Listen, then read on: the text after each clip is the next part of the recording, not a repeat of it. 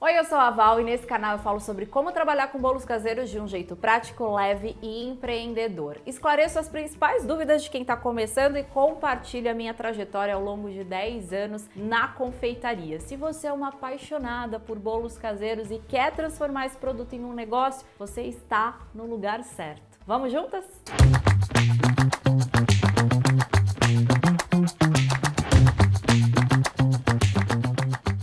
Um dos principais erros de quem está começando é não definir um nicho dentro da confeitaria, e esse foi o meu erro também. Eu também não tinha um nicho específico, eu não tinha um produto principal, eu não tinha um foco. E isso atrapalhou muito o meu crescimento. Pensa comigo, toda profissão tem uma área de atuação. Não vai ser diferente na confeitaria. Só que na confeitaria, quando a gente pensa nessa área de atuação, para ficar mais fácil, é melhor a gente pensar em especialidade. Qual que é a sua especialidade dentro da confeitaria? Hoje, a minha especialidade é bolos caseiros. Mas se você não conseguiu responder essa pergunta, significa que você ainda não definiu um nicho. Vou te contar um pouquinho do que eu vivenciei lá atrás quando eu comecei e que eu poderia ter sofrido muito menos se alguém tivesse me dado esse direcionamento. Eu comecei na confeitaria em 2013 e naquele início eu queria trabalhar com produtos para festa. Eu fazia bolo de aniversário, docinhos, salgados. Só que se o cliente chegasse e me pedisse uma sobremesa, um pudim, uma lembrancinha de aniversário, eu fazia também. E sabe por que eu fazia? Porque eu não queria perder vendas. Eu havia montado um espaço, era um espaço pequeno de 40 metros quadrados que tinha ali só o balcãozinho para atender o cliente e uma cozinha para eu fazer a minha produção, mas eu tinha montado uma estrutura e essa estrutura custava ali no final do mês para mim, né? Eu tinha um compromisso mensal. Então, qualquer cliente que chegasse ali e me pedisse algo diferente do que eu oferecia, eu estava disposta a fazer, porque eu não queria perder aquela venda. É uma responsabilidade muito grande quando você abre um comércio, né? E eu sempre falo para as minhas alunas que elas têm que pensar nessa estrutura, pensar qual que vai ser a meta de vendas diárias delas, para elas manterem essa estrutura funcionando. Então, eu precisava ter vendas recorrentes ali para ter um faturamento mínimo no final do mês que eu conseguisse honrar todos esses compromissos. Aluguel, luz, água, gás, fornecedores, né? Porque essas despesas elas são mensais. Existe todos os meses independente das suas vendas. E aí para você conseguir honrá-las, você precisa aí ter vendas diárias. E o que acontece? Como eu foquei aí nos produtos de festa, bolo de aniversário, doce, salgado, as minhas vendas elas se concentravam mais no final de semana. Eu vendia mais sexta, sábado e domingo. Naquela época eu trabalhava de domingo. E eu precisava de vendas recorrentes, precisava de vendas diárias, né? Eu não podia vender só no final de semana, eu tinha que vender todos os dias para eu conseguir aí um faturamento mínimo. E era exatamente por isso que eu aceitava qualquer coisa que o cliente me pedisse, né? O cliente ditava as regras. E aí depois de um tempo eu percebi que isso não estava funcionando muito bem. E sabe por quê? Porque a minha produção era totalmente desorganizada. Eu chegava ali para trabalhar, eu sempre começava por algo diferente, não tinha uma rotina, não tinha uma padronização. Como eu sempre estava pegando qualquer coisa que o cliente me pedisse, eu não tinha precificação de tudo. E isso é um ponto muito importante, porque se você está na confeitaria para ganhar dinheiro, você precisa fazer a precificação dos seus produtos. Sem a precificação, é impossível você saber qual que é o seu custo e quanto você está lucrando com aquela venda. Resultado disso tudo, né? Resultado dessa desorganização, dessa falta de planejamento. Eu trabalhava pra caramba, porque eu abria a loja às 7 da manhã, abria a loja às 7 não, chegava às 7 e a loja fechava às 7 da noite. Então, eu trabalhava aí uma média de 12 horas por dia e ainda no final do mês eu não via o resultado do meu trabalho. Muitas vezes eu fechava no vermelho. E isso começou a me desmotivar, porque eu falava, poxa, tô trabalhando muito e não tô vendo aí o resultado do meu trabalho, né? e me deu vontade de desistir nesse momento. Muitas pessoas perguntam para mim, né? Você já teve vontade de desistir? Certamente, eu acho que quem nunca teve vontade de desistir na confeitaria, em algum momento vai passar por isso. Só que, como eu falei para vocês, eu havia aberto uma porta e investido o pouco de dinheiro que eu tinha ali naquele negócio. Então, eu não podia desistir antes de ter o retorno do que eu havia investido. Então eu decidi parar e fazer uma análise e tentar enxergar o problema, né? Porque quando a gente está no meio, parece que é mais difícil da gente enxergar o que está acontecendo e corrigir os erros. Então eu falei, deixa eu parar, deixa eu analisar, ver o que eu posso melhorar. E aí eu me dei conta de que pegar aí esses pedidos aleatórios que os clientes traziam, né? De outras coisas que eu nem tinha no cardápio, não estava me beneficiando em absolutamente nada. Porque muitas vezes o cliente me pedia alguma coisa que eu comprava um ingrediente que eu não usava tudo e aí depois esse ingrediente ficava lá no estoque, vencia e ia para o lixo. Ou seja, prejuízo. Não conseguia precificar essas coisas que entravam de última hora sem planejamento, então não sabia muito bem quanto que eu estava lucrando em cima dessas coisas que eu estava vendendo, né, que os clientes me pediam. E além de tudo, eu trabalhava o fluxo dos outros produtos que eu tinha no cardápio. Então eu falei, parei, não vou mais trabalhar dessa forma, não vou fazer qualquer coisa que o cliente me pede. Mas eu ainda tinha um problema, né? Porque como eu falei para vocês, o meu foco era ali os produtos para festa. E os pedidos, né, de bolos de aniversário, de doces e salgados, eles se concentravam mais no final de semana. E eu precisava vender todos os dias, afinal eu tinha montado uma estrutura e eu precisava honrar os meus compromissos ao final do mês. Então eu pensei, qual produto que eu posso vender que vai me trazer vendas diárias e recorrentes, né? Porque o bolo de festa, a pessoa, ela encomenda quando é aniversário, né? Então a pessoa faz aniversário esse mês, ela só vai comprar de novo quando tiver um outro aniversário da família. E eu queria um produto que eu conseguisse ter uma recorrência de vendas. Foi aí que eu comecei a trabalhar com bolos caseiros. Coloquei ali no cardápio dos bolos caseiros, que me surpreendeu. Por quê? Porque esse produto trouxe esse fluxo de pessoas, né, para o meu negócio, para minha loja. Eu comecei a ter vendas diárias e comecei a ter vendas recorrentes, porque esse cliente, ele comprava muitas vezes 2, 3 vezes por semana, né? Então não se restringia só a uma data comemorativa. O bolo caseiro, ele é um produto que ele faz parte do café da tarde, ele faz parte da reunião do escritório. Quando você vai receber alguém em casa, quer coisa mais gostosa do que receber com bolo, ou então se você vai visitar alguém, levar um bolinho caseiro.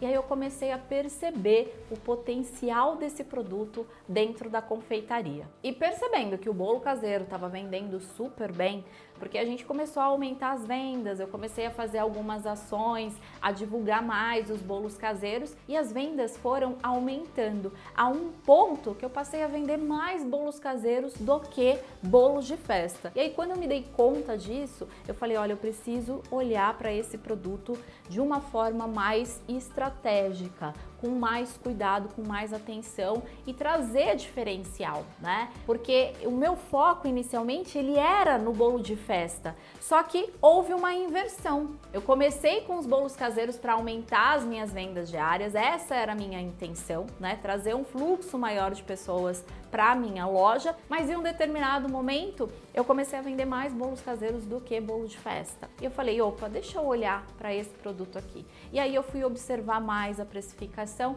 e sabe o que eu me dei conta? Que bolo caseiro, apesar de ter um preço de venda mais baixo em relação a um bolo de festa, ele era mais lucrativo para mim. E sabe por quê? Porque o bolo de festa, você tem ali um processo muito mais intenso para produzir, né? Você tem que fazer a massa, você tem que fazer o recheio, você tem que fazer a montagem, a decoração, fora todo o atendimento personalizado com o seu cliente. Então, quando a gente pensa no tempo de preparo de um bolo de festa, ele se torna um produto muito mais complexo e mais custoso, porque você está dedicando mais tempo a produzir esse bolo, né? Ao contrário do bolo caseiro, que o processo era super prático, né? Então, por exemplo, com 1 hora eu conseguia decorar, apenas decorar, 6 bolos de festa. Eu fazia um bolo de festa mais ali estilo padaria, sabe? Então eu conseguia fazer 6 bolos de festa. Aí dependendo do bolo de festa que você faz, tem bolos que você tem que ficar um dia inteiro ali na decoração, né?